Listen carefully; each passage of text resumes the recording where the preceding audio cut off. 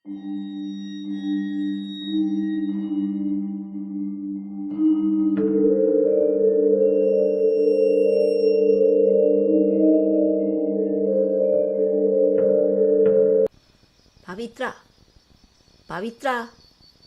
ඉක්මන් කරන්නකෝ. හොඳටම පරක්කු වෙලා තියෙන්නේ. වැඩිය මදින්න ඕනේ නැහැ. ඉක්මනට ඔය කමිසේ ගෙනත් දෙන්නකෝ. මං කෑ ගැහුවේ මගේ ලදරම් මෝටරසයිකලය පණ ගන්වන්න උත්සාහ කරන ගමන්. එදා වැඩට යන්න හොඳටම පරක්කු වෙලා තිබ්බ දවසක්. මං පියල් ජයවර්ධන. ජීවිතේ වැඩි කාලයක් මං ගත කළේ ජීවත් වෙන මිනිස්සු එක්ක නෙවෙයි. මැරිච්ච මිනිස්සුත් එක්ක. වෘත්තියෙන් මං මල් ශාලාවක මිනි එම්බාම් කරන කෙනෙක්. මිනි කියන්නේ මට එදිනෙදා ජීවිතේ එක කොටසක් විතරයි. මහ පාන්දර වුණත් රෑ මැද වුණත් මිනි එක්ක තනියම වැඩ කරන්න බය මිනිහෙක් නෙවෙයි මං. දවස් දෙකක නිවාඩුවකින් පස්සේ මං ආයෙත් වැඩට යන්න ලෑස්ති වුණේ වෙනදට වඩා ටිකක් කලබලෙන්. එදා උදේ පාන්දර ටිකක් සීතලයි. අහස පුරාම කළු වලාකුළු පිරීලා තිබුණා. වැහි කළුවකුත් එනවා. හදනම් මගදී තෙමෙන්න වෙයිද දන්නේ. එහෙම හිතලා මම මගේ යතුරු පැදිය අමාරුවෙන් පණ ගන්වාගෙන සුපුරුදු විදිහට තවුමේ තිබුණු මල් ශාලාව දිහාට යන්න පිටත් වුණා. පරක්කු වෙලා තිබුණු නිසා මං හැමදාම යන ප්‍රධාන පාර අතෑරලා කුඹුරු යායක් මැදින් වැටිලා තිබුණු පාළු ෂෝට්කට් එකෙන් තමයි ගමන ගියේ. ඒ පාර සාමාන්‍යයෙන් උදේ කාලෙට තරමක් පාළුයි. වාහනයක් තබා මිනිහෙක්වත් දකින්න ලැබෙන්නේ කලාතුරකින්. එදා උදේ දාලා තිබ්බ අධික මීදුමට පාර දෙපැත්තේ තිබුණු මහා රබර් ගස් සහ කැලෑ රොදවල් වැහිලා මුළු පරිසරයටම මහ මූසල ගතියක් ඇවිල්ලා තිබුණා. මීදුම නිසා ඉස්සරහා පෙනුනෙත් මීටර් කීපයක් විතරයි. මං යතුරු පැදියේ වේගය මදක් වැඩි කළා. මොකද එදා මට වැඩ වැඩි දවසක්.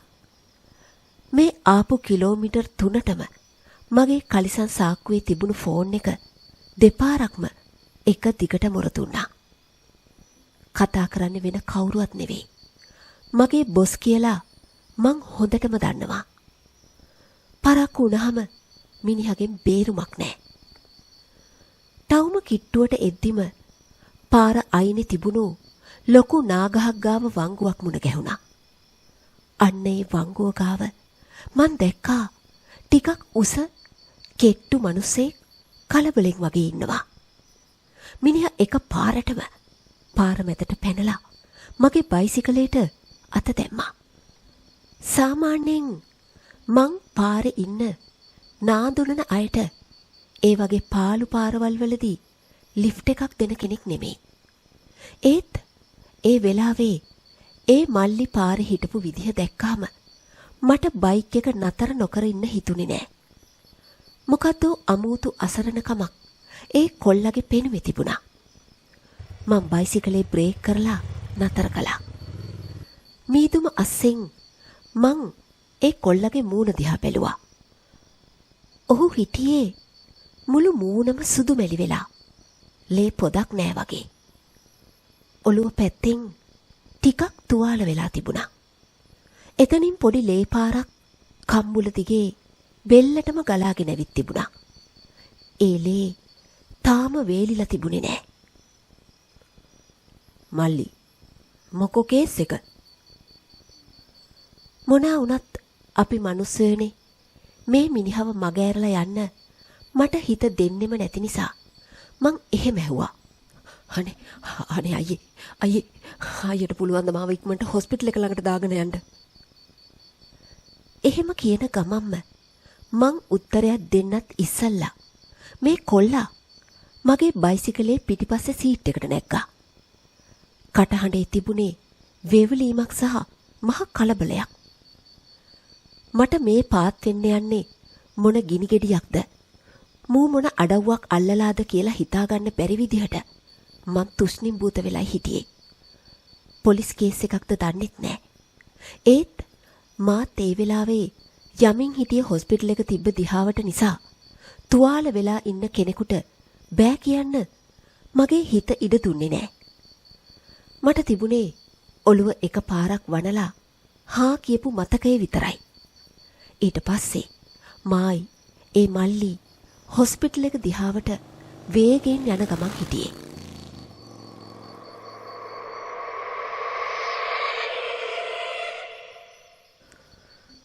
පාර දිගේ ඔහොම යද්දී මගේ හිතට නැගුණු කුතුහලය පාලනය කරගන්න බැරි වුණා. මල්ලි, ඔයාට හයියෙන් අල්ලගෙන ඉන්න පුළුවන්ද? ඇත්තටම මොකද වුනේ? ඔළුව හැප්පුණේ කොහොමද? එහෙම අහන්න මට මතක් වුණේ ටිකක් දුර ගියාට පස්සේ. මගේ ප්‍රශ්නෙට ඔහු හීන් හඬින් උත්තර දුන්නා.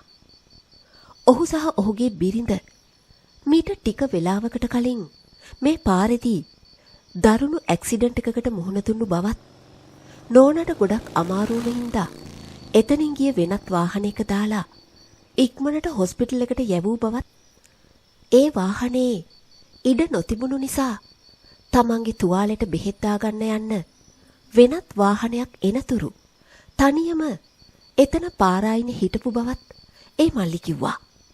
හැබැයි ඒගොල්ලෝ හැප්පුණේ මොකකද? අනතුරු උනේ කොතනදද වගේ කිසිම පැහැදිලි විස්තරයක් මට කිව්වේ නෑ.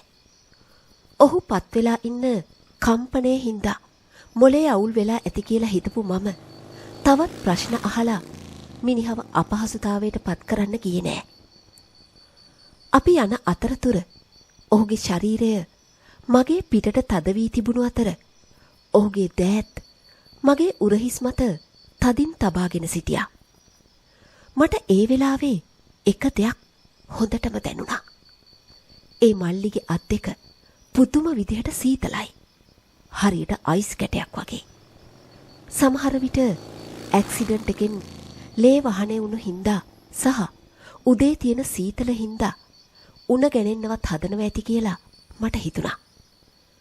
මිනිත්තු කීපයකින් අපි රෝහල අසලට ළඟා වුණා.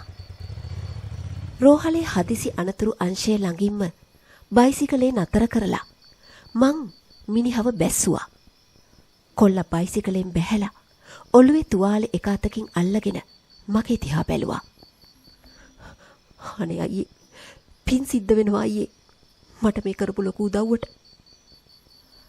ඔහු ඊටමත් බැගෑපත් හඬින් එහෙම කියලා හැරිලා රෝහලේ ඇතුල් වෙන දොරටුව දිහාට වේගෙන් යන්න ගියා. මට ඒ වෙලාවේ වැඩට යන්න හොඳටම පරක්කු වෙලා තිබුණු නිසා හරි මල්ලි පරිස්සමෙන් කියලා කියන්නවත් මතක් වුණේ නෑ. මං එහෙම්මම මල් ශාලාව තියෙන පැත්තට බයිසිකලේ හරවගත්තා. මං බයිසිකලේ පැද්දේ නෑ. ඇත්තටම ඉගිල්ලුණා කියන්න පුළුවන්. ඒ යන අතරතුර අර මිනිස්සයාගේ මූණ මගේ හිතට නිතරම මැවිලා පේන්න පටන් ගත්තා. ඔහුගේ ඇස්වල තිබුණේ හරිම අහිංසක, ඒ වගේම කාත් කවුරුවත් නැති අසරණ කමක් කියලා මට හිතුණා. ඒත් මගේ වෘත්තීය ජීවිතයත් එක්ක මේ වගේ දේවල් සාමාන්‍ය නිසා මගේ විකාර සිතුවිලි හිතෙන් අමතක කරලා දාලා මගේ ගමන ගියා.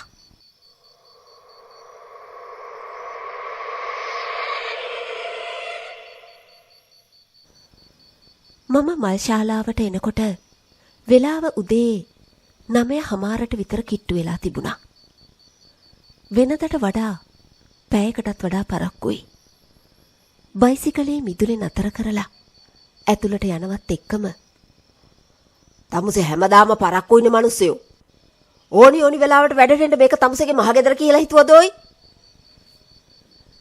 එහෙම කියාගෙන සාන්ත මහත්තයා, ඒ කියන්නේ මගේ බොස්, මගේ ඇඟට කඩාගෙන පැන්නා.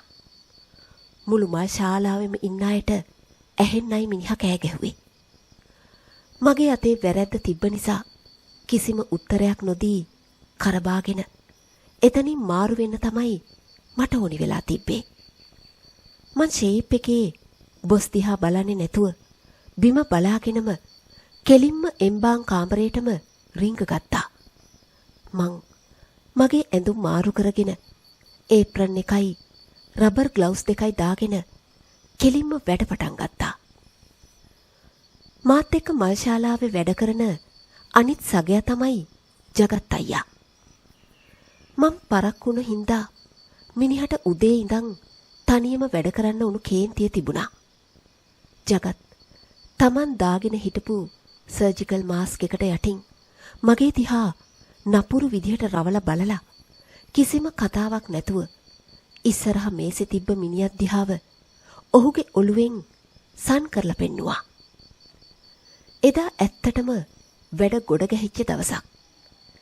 ඒ මේසේ උඩ තිබුණේ වයස අවුරුදු 70ක වගේ වයසක මිනිස්සෙකගේ සිරුරක්. ජගත් ඒකේ වැඩ පටන් අරන් තිබ්බ නිසා ඒකට අත ගහන්න මට හම්බුනේ නෑ. ඒ වෙලාවෙම සාන්ත මහත්තයා මොකද්ද බාහිර වැඩකට එළියට ගිහිල්ලා තිබුණු නිසා ආපු අලුත් මිනිහක් බාරගන්න ලිය කීවිලි ලියන්න මට ඔෆිස් එක පැත්තට යන්න සිද්ධ වුණා. ඒ ආපු සිරුර අවුරුදු 30කටත් අඩු තරුණ ගෑනු කෙනෙක්ගේ. ඇය මිය ගොස් තිබුණෙත් මහා පාරක සිද්ධ වුණු ඊටාම දරුණු රිය අනතුරකින් බව මට එතන තිබුණු ලිය කීවිලි වලින් දැනගන්න ලැබුණා. මලසිරුර මල් ශාලාවට නිල වශයෙන් බාර දෙන්නට සහ ඒ පිළිබඳව කටයුතු සූදානම් කරන්නට ඇගේ ඥාතීන් කීප දෙනෙක් කාර්යාලය අසල රැඳී සිටියා. මං ඔවුන් ළඟට ගිහින් විස්තර අහලා ෆෝම් ටික පුරවලා ඔවුන් එක්ක කතා කරලා ඉවර වෙනකොට එතන ටිකක් ඈතින් වාඩි වෙලා හිටපු එක පුද්ගලයෙක් දැකලා මං ඇත්තටම පුදුම වුණා. මගේ ඇස් අදහා ගන්න බැරි වුණා. ඒ වෙන කවුරුවත් නෙවෙයි. උදේ පාන්දර අර පාළු පාරේදී බයික් එකට නංගගෙන මං එක්ක හොස්පිටල් එකට ආපු ඒ මල්ලි. මේ නැති වෙලා තියෙන්නේ මේ මිනිස්යාගේ නෝනා. මිනිහා තාමත් උදේ හිටපු විදිහටමයි හිටියේ. පුදුමේ කියන්නේ අර ඔළුවේ තිබුණු තුවාලෙට බෙහෙත් දාගෙනවත් අඩුම ගානේ ප්ලාස්ටර් කෑල්ලක් ගහලවත් තිබ්බේ නැහැ. තුවාලෙන් ගලාගෙන ආපු ලේ පැල්ලම් ඒ විදිහටම තිබුණා. ඇයි මල්ලි හොස්පිටල් එකේ ඉඳලත් තාම ওই තුවාලෙට බෙහෙත් දාගන්න බැරි වුණේ කියලා කෙලින්ම අහන්න මට හිතුණත් ඒ වෙලාවේ එතන වැඩත් එක්ක තිබුණු කලබලයට මට ඒක අහන්න අමතක වෙලා ගියා. පස්සේ මම මටම හිතාගත්තා ඉස්පිරිතාලේ උදේ වරුවේ මහා සෙනගක් ඉන්න පොලිම හින්දා බෙහෙත් දාගන්න පරක්කු වෙන්නේ නැති. ඒ ඇස්සේ වයිෆ් නැති වුණු ආරංචියට මෙහෙට දුවගෙන එන්න ඇති කියලා. ඒ මල්ලි ගොඩක් වෙලා කාර්යාලයේ ඇතුළෙත් මිදුලෙත් රැඳිලා හිටියා. මං ෆෝම් පුරවන දිහා මිනිහා බලාගෙන හිටියා. වැඩේ අතරතුර ඔහු මගේ දිහා බලලා දෙපාරක් විතර හීන් සැරේ ඔළුව වනලා අඳුරන බවට ඉඟි කරා. මාත් ඉතින් උදේ අඳුනගත්ත හිතවත්කමට ඒ පැත්ත බලලා යන්තමට hina වුණා. ලිය කීවිලි වැඩ ඉවර වෙලා මිනිහ ඇතුළට ගන්න සූදානම් වුණාට පස්සේ මිනිහා කාටත් හොරෙන් වගේ හිමීට මගේ ළඟට ඇවිත් කතා කරා. අයියේ මේ තමයි මගේ නෝනා. ඔහු අර කාන්තාවගේ මලසිරුර පෙන්නලා ඊටමත් කනගාටුදායක හඬින් එහෙම කිව්වා. මිනිහගේ ඇස්වල කඳුළු පිරලා තිබුණා. අර උදේ මං අයියත් එක්ක ආවේ. එයා බලන්න. දැඩි සත්කාරේ හිටියේ. ඒත් එයාව බේරගන්න බැරි වුණා. අවසන් කටයුතු වලට මට බොඩි එක කිසිම අඩුවක් නැතුව ලස්සන්ට හදලා දෙන්න අයියේ. මිනිහා එහෙම කියලා මගේ පිටට තදින් තට්ටුවක් දැම්මා. ඇත්තටම ඒ තට්ටු කරපු පාරට මට හොඳටම රිදුණා. මට හිතුනේ නෝනා නැති වෙච්ච එකේ ආවේගය නිසා පාර සැරට වදින්න ඇති කියලයි. මල්ලි තාම ඔය ඔළුවේ තුවාලෙට බෙහෙත් දාගත්තේ නැත්තේ ඇයි? ඉස්සෙල්ලා ගිහින් ඕකට බෙහෙත් ටිකක් දාගන්නකෝ. මං ටිකක් පුදුමෙන් වගේම කරුණාවෙන් කිව්වා. නමුත් ඒකට මට ලැබුණේ නිකම්ම කියලා කෙටි උත්තරයක් විතරයි. මිනිහා ඒ ගැන කතා කරන්න අකමැති පාටක් පෙනුණා. එතනින් පස්සේ මං තවත් කතා කරන්න ගියේ නෑ. මං මගේ වැඩක් බලාගෙන එම්බාම් කාමරේ දිහාට හැරුණා. ඔහුත් එතනින් පිටව යන්න සූදානම් වුණා. මං හැරිලා බලද්දි මිනිහා මල්ශාලාවේ ප්‍රධාන දොරෙන් එළියට ගියේ තනියම. පුදුම වැඩේ කියන්නේ එතන සාලේ වාඩි වෙලා හිටපු ඔහුගේ පවුලේ ඥාතීන් කියලා හිතන්න පුළුවන් කිසිම කෙනෙක් ඔහුගේ පසුපස ගියේවත් ඔහු දිහා බැලුවේවත් නැහැ. මිනිහා තනියම වේදනාවෙන් එළියට යනවා. අනිත් අය දැක්කේ නැහැයි කියලා හිතපු මම එතන හිටපු නෑදෑයින්ට ඒ ගැන පොඩ්ඩක් මතක් කරන්න හිතුවා. කොච්චර වුණත් තමන්ගේ වයිෆ් නැති වෙලා අසරණ වුණු කොල්ලෙක්නේ. අනික උදේ මගෙත් එක්ක බයිසිකලේ තාපු කෙනානේ කියලා ලොකු අනුකම්පාවක් මට ඇති වෙලා තිබුණේ. මේ පොඩ්ඩක් බලන්න නේද දැන් අර මාත් එක්ක කතා කරලා එළියට ගිය මහත්තයා ගැන. එයාගේ ඔළුව තුවාල වෙලා තාම තුවාල වලට බෙහෙත් දාගෙනත් නැහනේ. මිනිහා තනියමයි ගියේ. මං එතන හිටපු ඔහුගේ ඥාතීන් කියලා හිතන්න පුළුවන් පිරිසට ටිකක් ළඟට ගිහින් කිව්වා. නමුත් මං ඒක කියපු ගමන් එතන හිටපු අය මගේ දිහා බැලුවේ පුදුමාකාර අමුතුම බැල්මකින්. ඒක නිකන් උඹට පිස්සුද? උඹට ඕන්නම් උඹ ඵලයන් වගේ බැල්මක්. මුන් තමන්ගේ නෑදෑ කොල්ලා ගැනවත් බලන්නේ නැති මහ පුදුම තිරිසන් జాතියක්නේ කියලා තමයි මට ඒ වෙලාවේ හිතුනේ. මොන මහත්තයද? කවුරු ගැනද මේ කියන්නේ? මලසිරුර බාර දෙන්නට ආපු නෑදෑයින් අතරින් ප්‍රධානියා වගේ හිටපු කෙනා මගෙන් එහෙම ඇහුවා. ඇයි අප්පා මගේ ළඟට ඇවිත් කතා කරලා එළියට ගියේ අර ඔළුව තුවාල වෙලා ඉන්නේ මේ මැරුණු නෝනාගේ මහත්තයා? මං තරමක් හඬ උස් කරලා කිව්වා. මං හිටියේ උන්ගේ හැසිරීම ගැන ටිකක් කේන්තියෙන්. නමුත් ඒ අය මූණෙන් මූණ බලාගත්තේ මාව නිකන් පිස්සෙක් ගාන්ට දාලා වගේ. මුන් ඕන මගුලක් කරගත්තාවේ කියලා හිතාගෙන මං ආපහු හැරිලා ඉක්මනට එම්බාම් කාමරේට ගියා.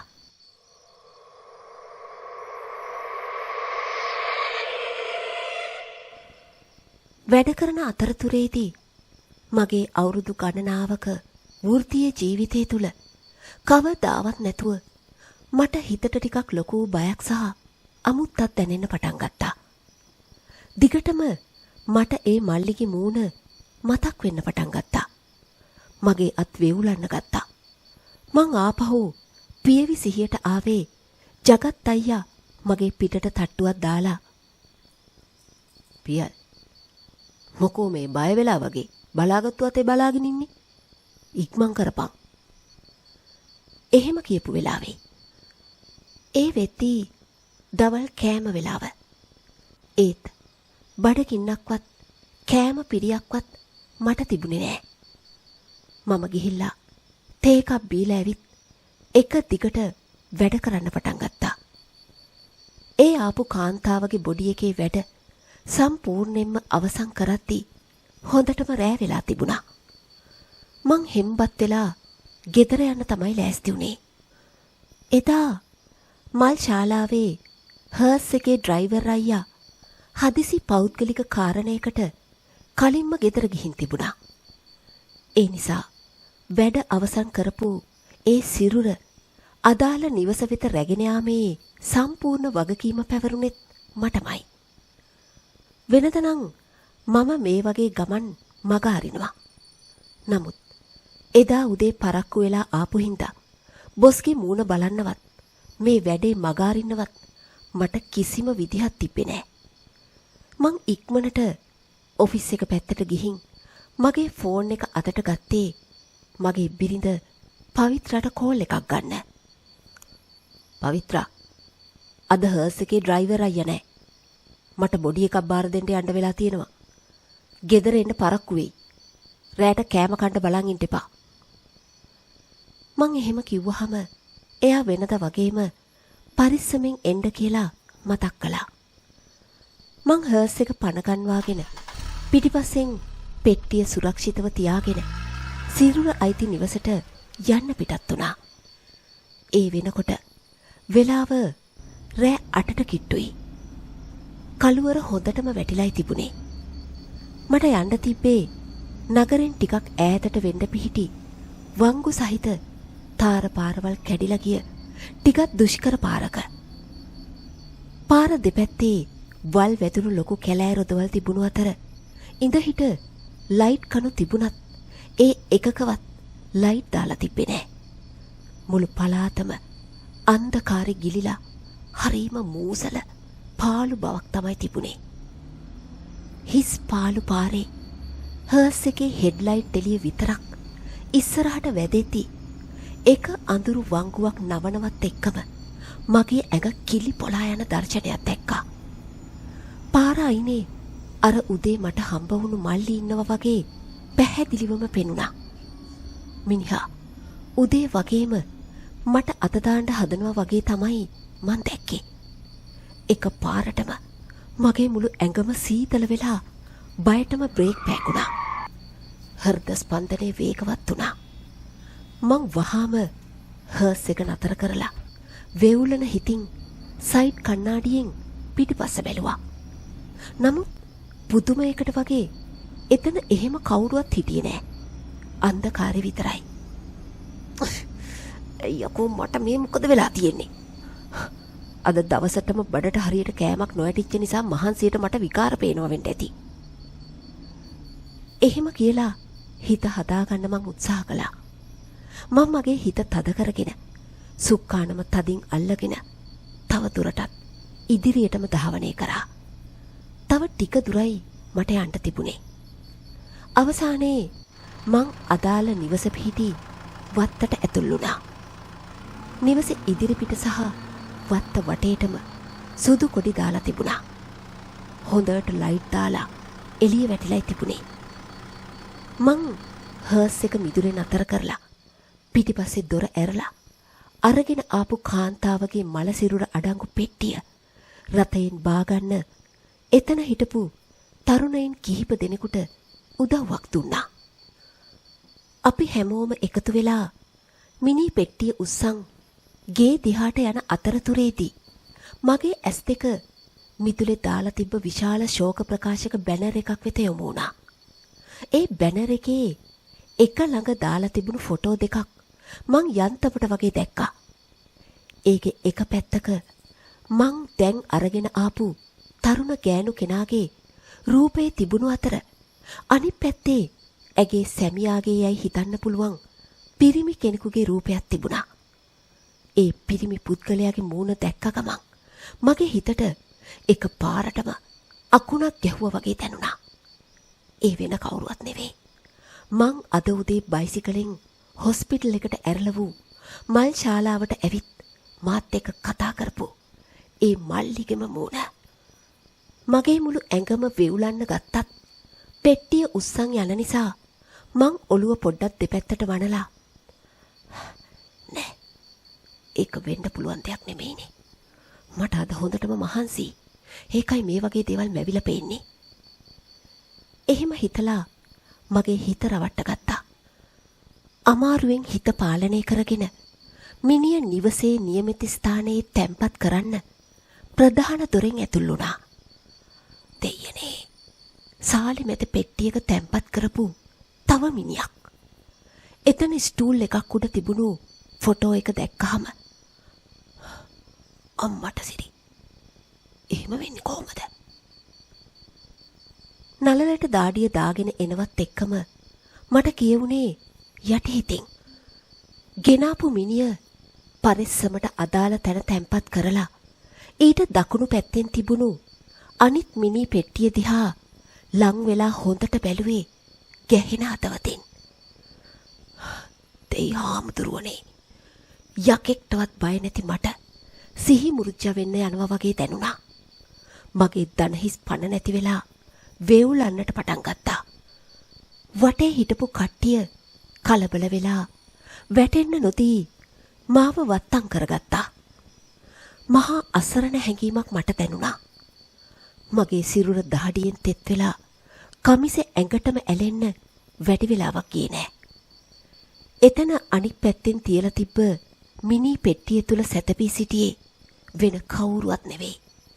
අද උදේ මගේ යතුරු පැදියට නංවාගෙන රෝහලට ඇරල වූ පසුව මල් ශාලාවට පැමිණ මා සමග ඊටමත් සමීපව කතාබස් කළ ඔහුගේ බිරිඳගේ සිරුර ලස්සනට හදන්න කියලා මගේ පිටට තට්ටු කරලා කියපු හිස තුවාල වී තිබුණු ඒ මල්ලිමයි.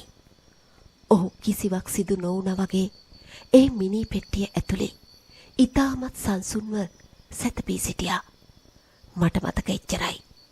මගේ ඇස් ඉදිරිපිට සියල්ල අඳුරු වී ගිය අතර මං එතනම බිම ඇතගෙන වැටුණා. ගේ දිහාට යන අතරතුරේදී ඊට පස්සේ මං ආපහු ඇහැරුණේ මගේ මූණට සීතල වතුර බින්දු වැටෙනවා වගේ දැනිලා. මම හිටියේ මල ගෙදර මිදුලේ බංකුවක දිගා කරලා. වටේටම මල ගෙදර මිනිස්සු එකතු වෙලා මට පවන් ගසමින් සිටියා. මල ගෙදර කට්ටිය කියපු විදිහට මට කලන්තේ දාලා තිබුණා. අද උදේ ඉඳන් හරියට කෑමක් බීමක් ගන්න බැරි වුණ හින්දා වෙන්න ඇති මහත්තයෝ. නැත්තම් මට එහෙම කලන්තේ හැදෙන්නේ නැහැ. එහෙම කියලා මම මගේ සැබෑ බය වහගෙන ඔවුන්ට බොරු හේතුවක් කිව්වා. සිහිය ආවට පස්සේ මල ගෙදරින් මට බොන්න කියලා හොඳට උණු කෝපි කෝප්පයක් දුන්නා. මං ඒ කෝපි එක බොන ගමන් මිනිස්සුන්ගේ මිදිලා තනියම මිදුලේ ඈතකට ආවේ මට අද දවස පුරාම මේ මොකද්ද සිද්ධ වුනේ කියලා කල්පනා කරන ගමන්. මිනි පෙට්ටිය ඇතුලේ හිටියේ ඇත්තටම මං අර උදේ දැකපු මාත් එක්ක මෝටර් ආපු මල්ලිම තමයි. ඒකට 100,000ක් ස්ථිරයි. මට වැරදෙන්න කිසිම විදිහක් නැහැ. ඒ වුණාට ආයෙත් සැරයක් ඒ ගේ ඇතුළට ගිහිල්ලා ඒ පෙට්ටිය ළඟට ගිහිල්ලා බලන්න මගේ හිත මට කොහෙත්ම ඉඩ දුන්නේ නැහැ. මං ඇත්තටම මගේ ජීවිතේ පළවෙනි වතාවට ලැජ්ජා සහගත ලෙසම බය වෙලා හිටියේ. මගේ මනස සම්පූර්ණයෙන්ම ව්‍යාකූල වී අවුල් ජාලාවක් වෙලා තිබුණා. පණ පිටින් ඉන්න සාමාන්‍ය මිනිහෙක් විදිහට පාරේදී මාත් එක්ක බයිසිකලේ ඇවිත් උදේ මල් ශාලාවේදී මාත් එක්ක හොඳට කතා කර කර හිටපු මගේ පිටට තට්ටු කරපු ඒ මිනිහා මෙහෙම මිනි පෙට්ටියක් ඇතුලේ මැරිලා ඉන්නේ කොහොමද? මම මෙතුවක් කාලයක් මගේ රස්සාවේ හැටියට හොල්මන් අවතාර කවදාවත් විශ්වාස කරපු කෙනෙක් නෙමෙයි. මිනි කියන්නේ මට නිකන් සෙල්ලම් බඩු වගේ දේවල්. ඒත් දැන් මං හොල්මන් විශ්වාස කරනවදෝ කියලා මටම ලොකු සැකයක් සහ බයක් හිතුණා. මං කෝපි එක බීලා ඉවර වෙලා වටපිට බැලුවා. මිදුලේ කොනක පුවක් කප කපා හිටපු වයසක කෙනෙක් එක්ක කතාවට වැටුණා. ඔහු ඒ ගමේ කාලෙක ඉඳන් ඉන්න පරණ මුදලාලි කෙනෙක් කියලා මට කිව්වා. මං මගේ හිතේ තිබුණු බය පිටතට නොපෙන්වා ඊටමත් හෙමින් සහ රහසින් වගේ මේ සිදුවීම පිළිබඳව ඔහුගෙන් විමසුවා. මුදලාලි, මේ ගෙදර මොකද එකපාරම මෙහෙම වුනේ? එක පිට එක පෙට්ටි දෙකක් තියන්න තරම් මොකක්ද වුනේ? මං ඇහුවා. මුදලාලි දිග හුස්මක් හෙලලා සිද්ධ වෙච්ච දේ මේ විදිහට විස්තර කරා. අනේ මහත්තයෝ, මුළු ගමක්ම අඬවපු මහා මූසලා අවාසනාවන්ත සිද්ධියක් මේක. ඔය දකුණු පැත්තේ පෙට්ටියේ ඉන්න තරුණ මිනිස්සයා ඊට දවසකට කලින් හේ කියන්නේ ඊයේ උදේ වෙච්ච දරුණු බයිසිකල් අනතුරකින් එතනම නැති වුණා. එයාගේ මිනිය ඊයේ රෑ තමා මේ ගෙදරට ගෙනාවේ. හැබැයි අවාසනාව කියන්නේ මහත්තයෝ, අද උදේ එයාගේ නෝනවත් ඒ අනතුරෙන්ම තුවාල වෙලා ඉස්පිරිතාලේ දැඩි සත්කාරේ ඉඳලා නැති වුණා කියලා ආරංචියක් ආවා. ඒ මරණේ තමා මහත්තයා මේ අරගෙන ආවේ. සංසාරේ හැම තමා මහත්තයෝ. අපේ මරණේ අපි ඉපදෙද්දිම ලියාගෙනලුනේ එන්නේ. මුදලාලිගේ ඒ අවසන් කතාවත් එක්කම මගේ මුළු තොලකට වේලිලා ඇඟිලේ වතුර වෙලා ගියා.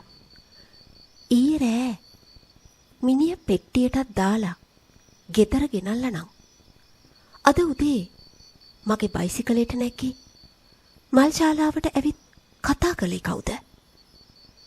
මං ඒ කතා කර කර ඇවිල්ලා තියෙන්නේ තමන්ගේ බිරිඳ මිය යනකම් ආත්මය වෙන්නොවි මග බලාගෙන හිටපු ඇත්ත හොල්මනක් එක්ක කියලා මට අදටත් අදහ ගන්න බෑ.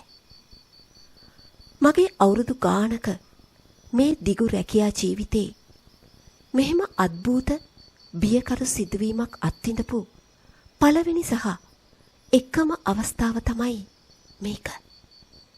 එදායින් පස්සේ මං මල් ශාලාවේ රස්සාව කරන්නේ වෙනදට වඩා ටිකක් ලොකු බයකින් සහ සැකයකින් කියලා මං අත වෙනකන් කාටවත්ම කියලා නෑ.